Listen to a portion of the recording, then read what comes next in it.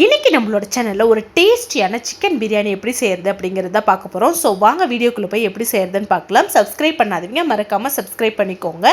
இன்றைக்கி வந்து நான் குக்கரில் தான் செய்ய போகிறேன். அதுக்காக ஒரு குக்கர் வந்து எடுத்து ஸ்டவ் ஆன் பண்ணி ஒரு 4 ஸ்பூன் அளவுக்கு எண்ணெய் வந்து விட்டுக்கலாம். ஒரு 2 ஸ்பூன் அளவுக்கு கீ வந்து விட்டுட்டு அது காஞ்சதும் ஒரு துண்டு பட்டை, ஒரு பிரிஞ்சி இலை, ஒரே ஒரு அன்னாசி பூ, ஒரு 3 கிராம்பு, தென் ஒரே ஒரு ஏலக்காய் வந்து போட்டு நல்லா வந்து இது பண்ணிக்கலாம். அடுத்தது ஒரு ஸ்பூன் அளவுக்கு வந்து சோம்பு வந்து ஆட் பண்ணிவிட்டு சோம்பு நல்லா பொரியட்டும். சோம்பு பொரிஞ்சதும் நான் 2 பெரிய வெங்காயத்தை நீளமாக கட் பண்ணி வச்சுருக்கேன். அதை வந்து ஆட் பண்ணி நல்லா வதக்கிக்கலாம். வெங்காயம் வந்து நல்லா வதங்கணும். இந்த வெங்காயம் வதங்கும் போதே வந்து நம்ம ஒரு 3 பச்சை மிளகாய் ஆட் பண்ணிக்கலாம். அடுத்தது ஒரு கொத்து கருவேப்பிலை வந்து ஆட் பண்ணிவிட்டு அதையும் சேர்த்து அதனோட வந்து நல்லா வதக்கிக்கலாம். இப்போ வந்து ஒரு 1.5 ஸ்பூன் அளவுக்கு இஞ்சி பூண்டு விழுது வந்து ஆட் பண்ணிக்கலாம். ஆட் பண்ணிவிட்டு அதனோட பச்சை வாசனை போகிற அளவுக்கு நல்லா வந்து நம்ம வதக்கி விட்டுக்கலாம். இப்போ பாருங்கள், நல்லா வந்து வதங்கிட்டு இருக்கு. நல்லா வதங்கிட்டோம். நான் வந்து ஒரு பெரிய டம்ளரில் 1 டம்ளர் அளவுக்கு தான் அரிசி எடுத்திருக்கேன். அதனால் ஒரு 3 தக்காளி, பெரிய தக்காளி வந்து நான் ஆட் பண்ணியிருக்கேன். நீளமாக கட் பண்ணியிருக்கேன். அதை வந்து ஆட் பண்ணிவிட்டு கொஞ்சமாக மஞ்சத்தூள், ஒரு 1/2 ஸ்பூன் அளவுக்கு மட்டும் மிளகாய் தூள் போதும், ஒரு 1/2 ஸ்பூன் வந்து கரம் மசாலா ஆட் பண்ணிக்கலாம். ஆல்ரெடி நம்ம பச்சை மிளகாய் வந்து நல்லா பெருசாக 3 இருக்கிறனால நம்ம வந்து மிளகாத்தூள் காரத்துக்கேற்ப போட்டுக்கலாம்.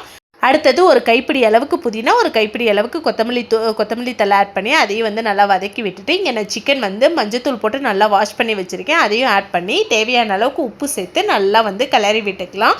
சிக்கன் ஃபஸ்ட்டு தண்ணி விடும், அதனால் கொஞ்சம் நேரம் வந்து நம்ம வேக விட்டுக்கலாம். இப்போ பாருங்கள், எவ்வளோ நேரம் வெந்ததுக்கப்புறம் சிக்கன் வந்து தண்ணி விட்டுருச்சு. நான் அதில் 1 டம்ளர் அளவுக்கு அரிசி வந்து எடுத்திருந்தேன்.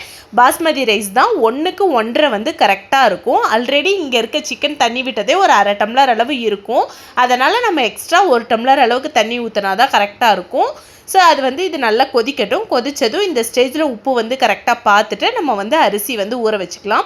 இந்த பாஸ்மதி ரைஸ் வந்து நான் வாஷ் பண்ணிவிட்டு அப்படியே போட்டுருவேன். நான் வந்து எப்போவுமே ஊற வைக்க மாட்டேன். அப்போ தான் வந்து நல்லா உதிரியாக வரும். நீங்கள் ஊற வச்சிட்டிங்க அப்படின்னா ரொம்ப வெந்து ஒரு மாதிரி குழஞ்சி போயிடும். அதனால் வந்து நான் ஊற வைக்காமல் அப்படியே தான் போடுவேன். இப்போ வந்து அந்த அரிசியை போட்டு நல்லா ஒரு கிளறி விட்டுக்கலாம். இப்போ இது ஒரு கொதி வரட்டும். கொதி வந்ததும் நம்ம லிட்டு போட்டு க்ளோஸ் பண்ணி கரெக்டாக ஒரு விசில் மட்டும் விட்டு எடுத்துக்கலாம். இப்போ பாருங்கள், எல்லாம் போட்டு எடுத்தாச்சு. விசில் வரட்டும். இப்போ விசில் எல்லாமே வந்து நல்லா விசிலும் எல்லாமே போயிடுச்சு, ரிலீஸ் ஆகி. இப்போ வந்து நம்ம ஓப்பன் பண்ணி பார்க்கலாம். அங்கே பாருங்கள், சூப்பரான சிக்கன் பிரியாணி வந்து ரெடி ஆகிடுச்சு. உங்கள்கிட்ட நான் எடுத்து காட்டுறேன் பாருங்கள். அங்கே பாருங்கள், அடியிலையும் எதுவும் தீயவும் இல்லை, சாப்பாடும் எவ்வளோ அளவுக்கு உதிரியாக வந்திருக்குன்னு பாருங்கள். அவ்வளோதான், சூப்பரான சிக்கன் பிரியாணி வந்து ரெடி ஆகிடுச்சு. ஸோ நீங்கள் இப்படி கிளறும் போது மேலே வந்து நீங்கள் போட்ட அந்த ஸ்பைசஸ் எல்லாம் இருக்குது இல்லையா, அந்த பட்டை, லவங்கம் இதெல்லாம் இருந்துச்சுன்னா எடுத்துருங்க. ஏன்னா பிரியாணி சாப்பிடும்போது அது வந்து நமக்கு கடிப்பட்டுச்சுன்னா நமக்கு பிரியாணி சாப்பிட்ட ஃபீலே இருக்காது. அதுக்காக தான். அவ்வளோதான். இந்த வீடியோ உங்களுக்கு பிடிச்சிருந்துச்சு அப்படின்னா லைக் பண்ணுங்கள், ஷேர் பண்ணுங்கள், சப்ஸ்கிரைப் பண்ணுங்கள்.